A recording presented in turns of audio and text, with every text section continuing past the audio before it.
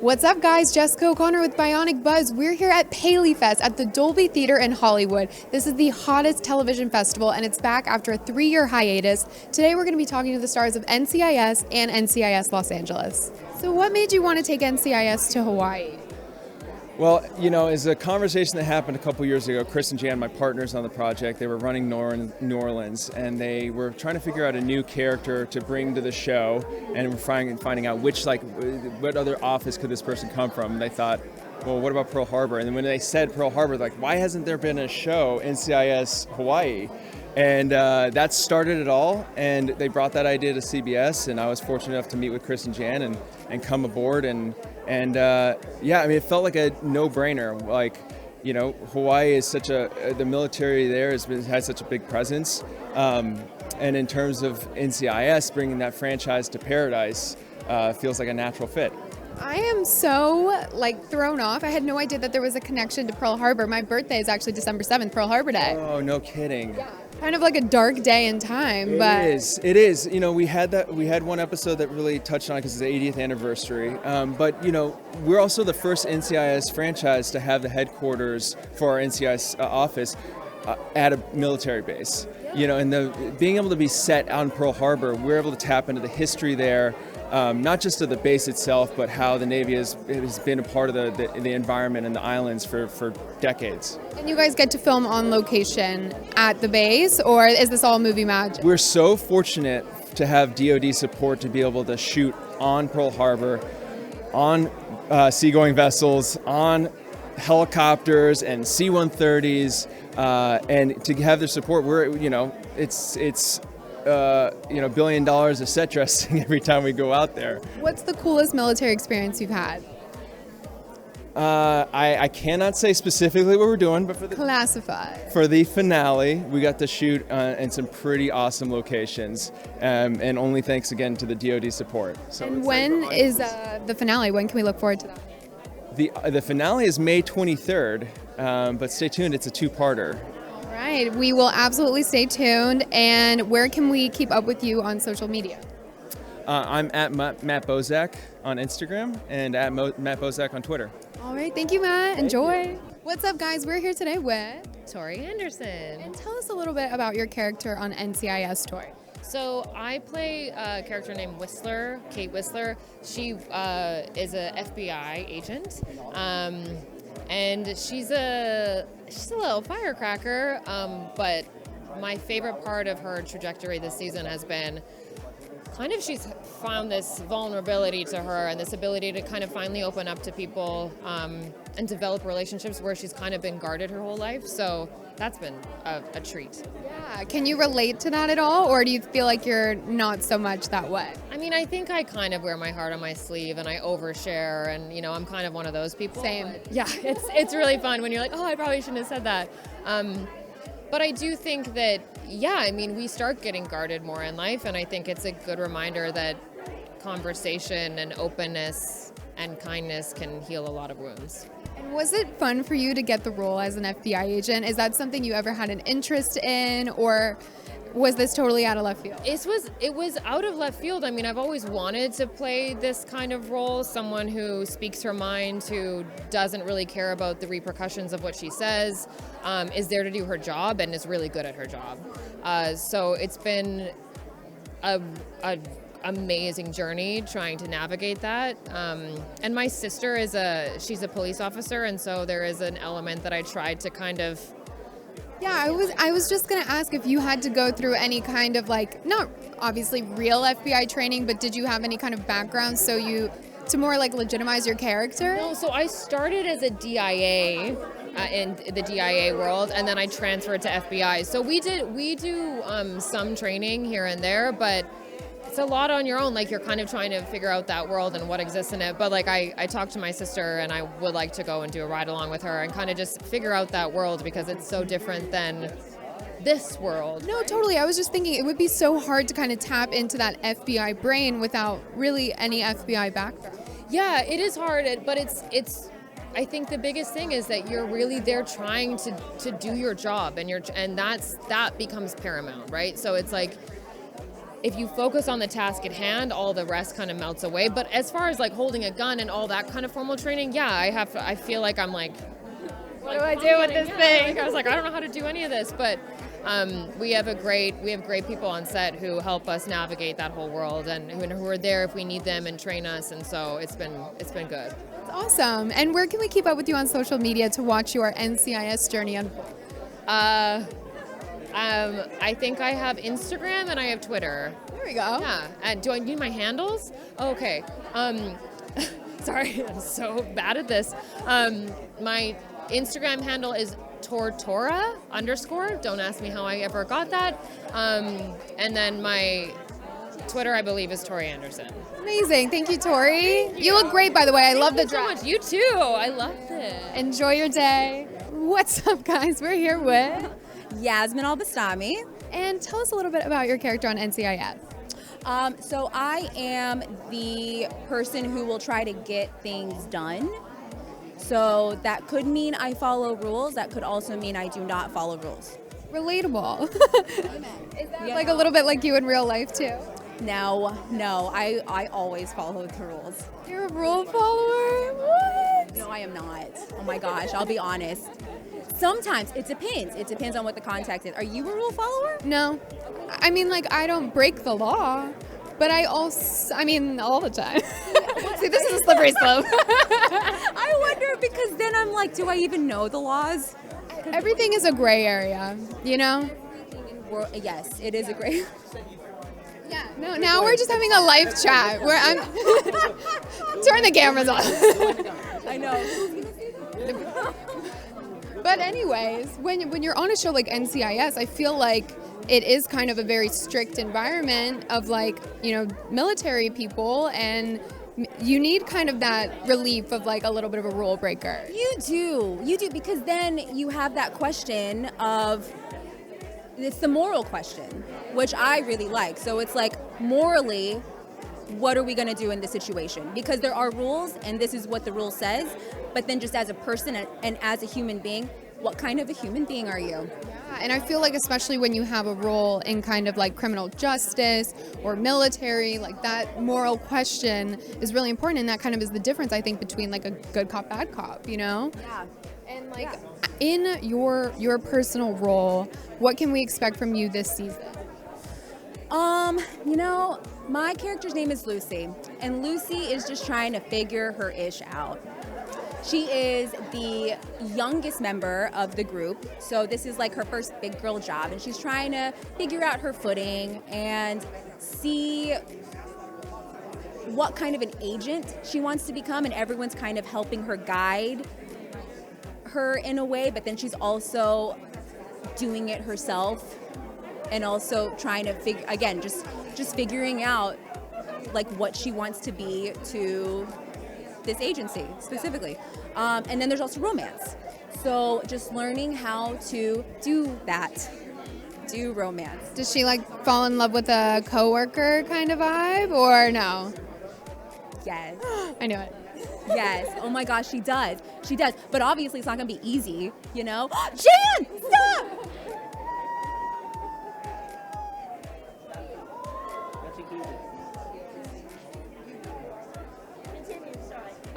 You want to join? Yeah, you could jump right in. Hello. Who have we here? I am Jan Nash. I'm one of the executive producers of the show. And you guys obviously have a beautiful relationship. What's it like working together? Beautiful relationship with her. She's amazing. Ditto. Oh my gosh. And your family. Oh, thanks. Yeah. I feel like you guys have a really like good group here, this cast. We do. I have to say, it's a very loving, not only talented, smart, talented, nice. It's a very loving group. They're very interested in each other. They're very interested in being supportive. I mean, again, this is one of the nicest places I've ever worked, and I'm old. It's a family. It really is a family. It really is. Yeah. I agree. And what's been your personal favorite moment from the most recent season from both of you? You go first. It could be on screen, off screen, just your moment throughout the production. Gosh. because there's so many off-screen. I can go first then. Because so you make a TV show and you have all of these hopes and dreams about what the TV show is going to be, and you have ideas. You like have crazy ideas. You're like, they go to space. You type go to space, and then inevitably they go to the mall instead, right? So we did the show and we typed, Jane is at a soccer game wearing a pink camo outfit, and a helicopter lands and takes her away.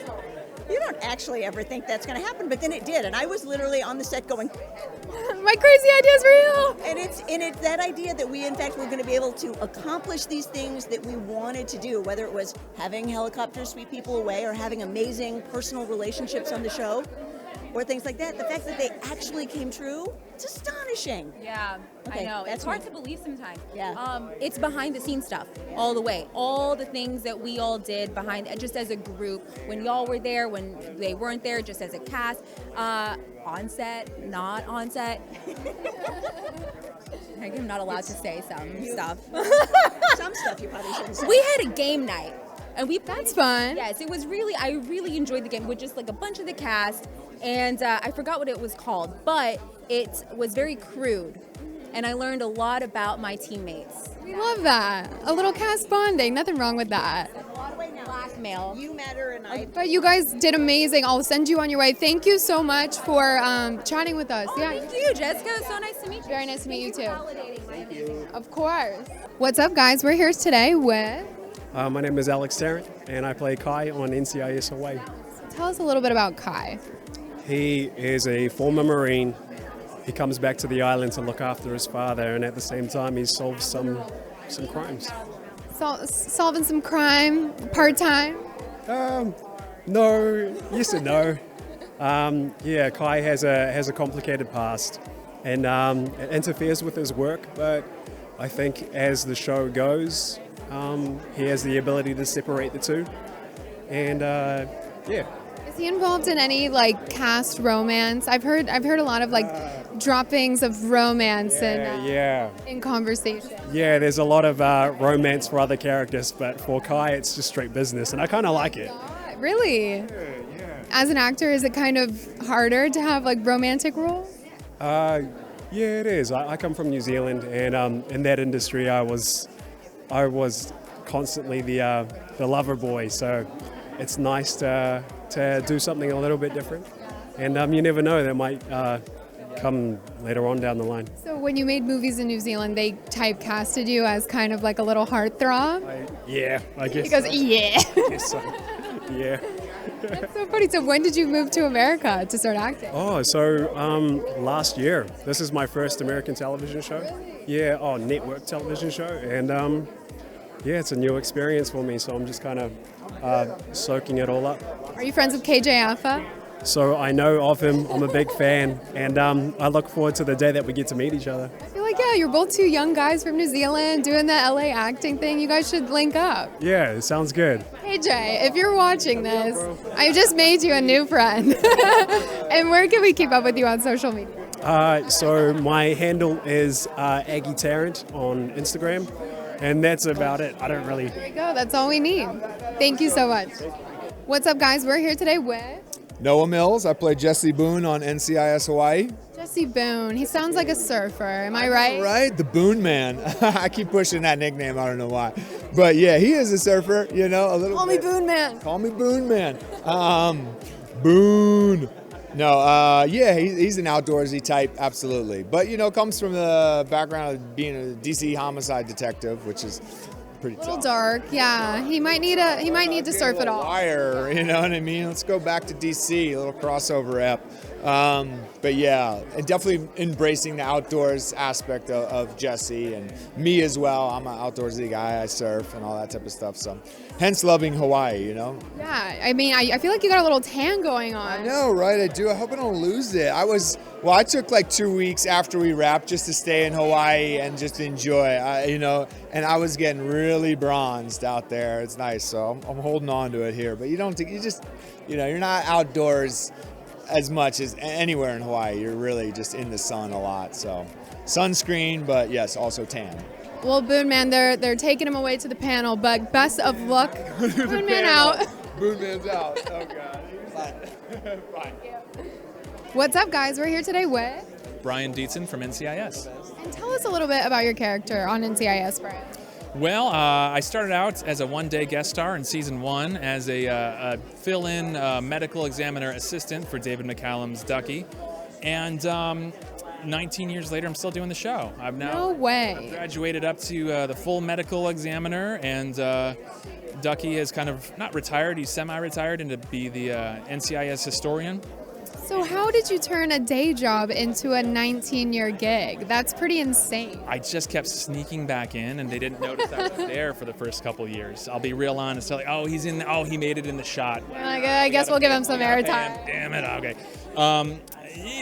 The show's always been about family. It's always been about how people that work together can have that familial relationship, and I think I found that with a few of the characters, including Mark Harmon, including Michael Weatherly, Cody DePablo early on, Polly Perrette, and certainly first and foremost David McCallum.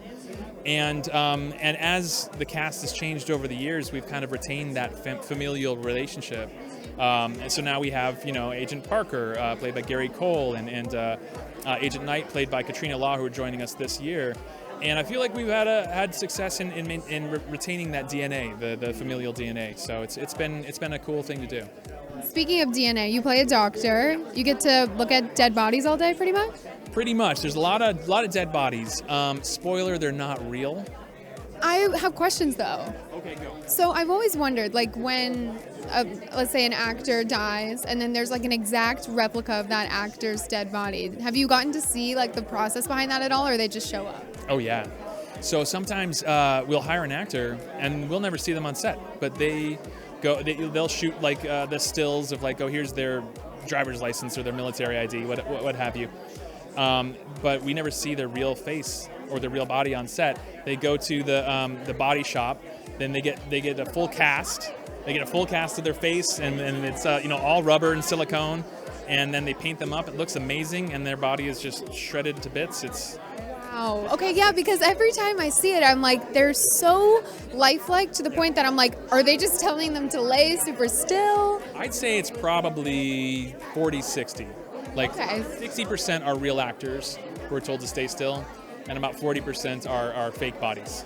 Wow. Yeah. And then after they're done, they just get incinerated, or where do those bodies go? That's kind of eerie. They get reused. No! They get reused. So we've actually had a couple bodies where we don't need to see, like, their ID, or we don't need to see them as seen earlier. So we bought bodies off of other productions, like. How creepy. Return it back to the body shop, and we're like, I'll get that one at 30% off because he was in that ghost movie that just came out. Oh my gosh, I think if I was that actor, I would kind of want to keep my... Like body residuals, maybe? Yeah. What's the percentage on that? We got way off course. Release of some sort. I don't know. But sometimes they get pretty shredded up, so I'm not sure you could really tell it's the person out of. This is honestly great insight. I've always wondered this, so thank you for the little behind the scenes. Where can we keep up with you on social media? On Twitter, Brian Dietzen. On Instagram, Brian K. Dietzen. Perfect. Thank you, Brian. Enjoy. Very cool. What's up, guys? We're here today with... This is Rocky Carroll, and I played Director Vance on NCIS. I've been informed by my cameraman that you're the boss. I am indeed, but I don't have power to fire you, so you don't have to worry about it. Thank God. I've been so nervous. But tell us what it's like to play a boss. Well, you know what? Playing a boss in this day and age that we live in is, you're part teacher, you're part therapist, you're part cheerleader. Being a good boss now. I was going to say, that's if you're a good boss. If you're a good boss. I try not to play the boss from hell. My character has been now on this show for, it'll be the 16th season for me. So there's been an evolution. And there's been an evolution in the world as far as workplace, what those relationships are, as far as employer, employee, boss, that term. I don't even think people use that term anymore because it has such a kind of... Supervisor, it has such a content. But my character is the director. He is the head of an agency. And it's a federal agency. We chase bad guys. So there is a certain amount of things that have to be done a certain way. There's a certain things that, laws that have to be followed. And my character kind of represents that by the book, law and order, don't stray too far from your moral compass. Do your job. Are you like that character in that way, or are you a little bit more of a free spirit? I wish I carried as much weight in the real life as I do on TV. But I'm reminded as soon as I walk through the door that doesn't really hold water when in the real world. So, free spirit. But I do believe that everybody has their own moral compass or their own sense of right and wrong, and you got to be true to it. You can be influenced by it. Everything that we deal with, social media, everything else, but you know in your heart when something doesn't feel right, you got to follow that, and that's what I try to teach my daughter. Yeah, that's good advice. Are you like the boss at home, or no? No, Your wife's the boss. Who's the boss? I get to pretend to be the boss, so I get my fill. By the time I get home, I don't want to be the boss because I'm tired. I've been playing the boss all day. Here, you wear the crown now. That's awesome. Where can we keep up with you on social media to watch the rest of the season unfold? Oh my goodness! Of course, on the CBS social media, my own Twitter handle @RockyCarroll. But I'll be in front of and behind the camera next season. So really, I direct 4 episodes every season. So whoa, didn't know that. I get to be the boss. I get to be the boss on the set. I thought you were done with being the boss. You're like, no, let's take it to the next level. I'm going to be the boss of all of you. That's right. That's right. Well, good luck with that. Thank you so much. Of course. What's up, guys? We're here today with. Hi, Diana Reasonover from NCIS. And doesn't she look beautiful? Yes, she does. Yes, she I was does. supposed to answer that, but I did. I'm loving this. And we were just talking about how we got ready super fast. You would never know it. She looks fantastic. Thank you. You know what? I feel like the pandemic, I feel like we are all like, what if I do less? You know what I mean? Like, what if Do less. What if I look good now? That's my campaign for 2024. Do less. Just do less. Vote for me for president. Thank you. Well, let's talk about your show. Unless you want to run for president. I mean, I support that either way. Once again, do less. Do less. But you're doing a lot as it is. Tell us about your character. So my character, Kasie Hines, forensic scientist, OG, love her. She just made a really big commitment to the show. You know what I mean? Like, she just decided after a near-death experience, I'm not going to leave the team. She thought she was going to leave. And so now we get to see what's up. You know, she has a love life now. She has a love interest. She has things that she's doing. Tell us about the love interest. Her name is Piper. She also works in the building. Should she be dating somebody who works in the building? Absolutely not. I was just gonna say, isn't that like against every dating rule to date a coworker? Yes, but doesn't that make it more A little hotter. Just a little bit. Just a little bit. Not in real life though. In real life I'm married. Yeah, do not date your coworkers. Not in real life. But so is it gonna like pan out well, or is it like doomed to fail? What do you think? I don't know. I really am enjoying the dating. We'll see if she plays the field a little bit maybe. Maybe she gets out there. Maybe she gets on an app. I don't know. Who knows? It's 2022. But what would you like to see for her? Like if you could write the script? I think I want to watch her fall in love on camera. Like I want to watch her literally have that moment where we get to see her be like, oh, you're my person. I didn't know I got a person. I want to watch her have that moment. Yeah. That's awesome. And where can we keep up with you on social media, your personal life? First of all, I'm hilarious on TikTok. So We love TikTok. That's great. At Dianna Reasonover, DIONAREASONOVEER. There we go. That was very fast. I know. I hope we got that. Yeah, I'm good at this. You want to take this job? No. No. She's like, no, she's killing it. Yes, and I'm doing less. I am. Do less. Thank you. Do less. Thank you. Yep. It's nice to meet you. Thank you. What's up, guys? We're here today with Katarina Law from NCIS.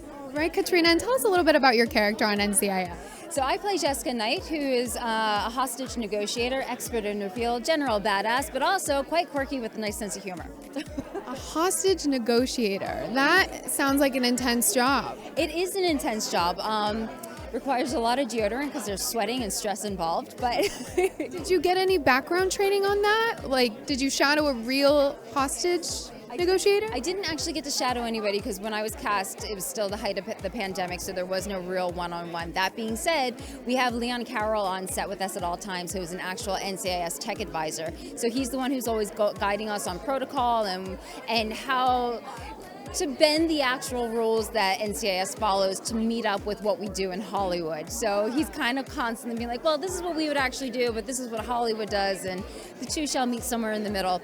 But he did hook me up online with a real NCIS FBI female hostage negotiator based out of Hawaii who kind of looks like me. So it was like, whoa. No way. She's like, are you playing me on TV? Yeah, it was a really cool moment. And I had some questions about a scene that was happening, and some of the advice that she gave me and also to the writers was priceless. Yeah, I feel like you really would need that insider info to really get in that headspace, because I feel like you have to be a certain kind of person to have that job. You do, and she was so cool and calm and collected, and you could just tell that no matter what, she could have like toddlers throwing pasta at her face, and she'd be like, we're chill. Yeah, we're gonna get those hostages out. Hey, we're all gonna get out of this live, it's all good, yeah. So do you kind of channel that energy, or you're a little more, you were saying quirky? You know, it's funny, I feel like she and I, just energy-wise, we're kind of similar. I'm probably a little more amped up than she is in general, but I wouldn't be, I don't think my character's too far off from her. Yeah, so. That's so awesome. What can we expect from your character this season? Well, by the end of the season, you're going to get to see her kick a little more ass and really come into her own. And the more she becomes comfortable with her team and starts to fit in, it's like anybody who gets used to a new situation. Their personality kind of starts seeping out a little bit more at a time, and you really do get to start to see her quirks come out. Awesome. And where can we keep up with you on social media? Katrina Law, hashtag, or not the hashtag, little blue check. So. Shut up. Thank you so much. Yeah, and you look amazing. I love your outfit. What's up, guys? We're here today with Castille. Castille. Tell us a little bit about your character on NCIS. Oh man, so I play Special Agent Devin Roundtree. He is the newest member of the gang, I guess outside of Mac's character, but I would say like Mac's character, the Admiral, definitely has much more experience than me. But my character comes from FBI background, born and raised in Texas, played some college football at the University of Georgia, even though I played for Alabama, Roll Tide. Really? You actually played for Alabama? Yeah, I played defensive back for Alabama. I went to Florida State. We're going to have to end this interview, guys. Wow, Florida State. Go Noles, baby. It's okay, Roll Tide. When did you go? Did you win the national championship? Absolutely. Oh my God, Two national championships. Where are the rings? You left them at home today? You know, different rings today. You know, I keep those other ones in a safe. Yeah. Locked away, lock and key. Exactly, yeah. So how did you make the transition from football to acting? You know what? Honestly, it was an interesting transition that came through a heartbreak. And I was like, man, this is terrible. Never want to feel like this again. Just want to figure out what to do with my life. Anyway. Well, aren't you glad you did? You ended up here. It did. I ended up here, but no, it was, I was blessed to be able to, my first movie was something in my wheelhouse. It was a football movie. So I did this football movie, a period piece called Woodlawn. I would say that was my golden ticket. And yeah, I moved out to LA and just kind of pursued the thing for the past 7 years, and about to go into my fourth season, season 14. We're excited about that, so it's good, yeah. Well, since you're the new guy on the block, do they haze you a little bit on the show? I would say, or off camera, that's where they do the hazing. No, it's a good family environment. We definitely pick fun at each other, but for the most part, it's pretty peaceful. Yeah. I kind of get that vibe. If I'm taking too long in the makeup trailer, there's no problem. You're a diva. I wouldn't say she said that. I was thinking it. You admitted it. I mean, diva vibes all day. Where can we keep up with you on social media? You can find me on Instagram, mostly at Caleb Castille, and on Twitter at Caleb Castille. Yeah. All right, sounds good. Thank you, Caleb. What's up, guys? We're here today with Gerald McRaney. Gerald, tell us a little bit about your character. My cameraman's very excited about you. Admiral Kilbride he's a career naval officer, now retired. But someone that Hetty called on years ago to help out with the situation that they had, and has little by little been brought more and more into the special projects in the NCIS Los Angeles. And so you're so good at your job that they just won't let you retire. Yeah, that's about it. Like, I just want to go golfing. Yeah. I had my fishing pole. What if one episode they call you and you're like, no, I'm going to brunch today. I can't cancel. Or he would never do that. Doesn't have brunch. Yeah, No. No golf? No days by the pool? I'm sure he does play golf. Days by the pool wouldn't work for him. Golf and whiskey, yeah. Days by the pool, I don't think so. They would say, who is holding him hostage? That would not be an answer from the Admiral. But what has it been like playing this character for years and years and years? Have you taken on any of his qualities personally? No, I wish I had. The Admiral is, for one thing, incredibly well organized. Not you? No, not even close.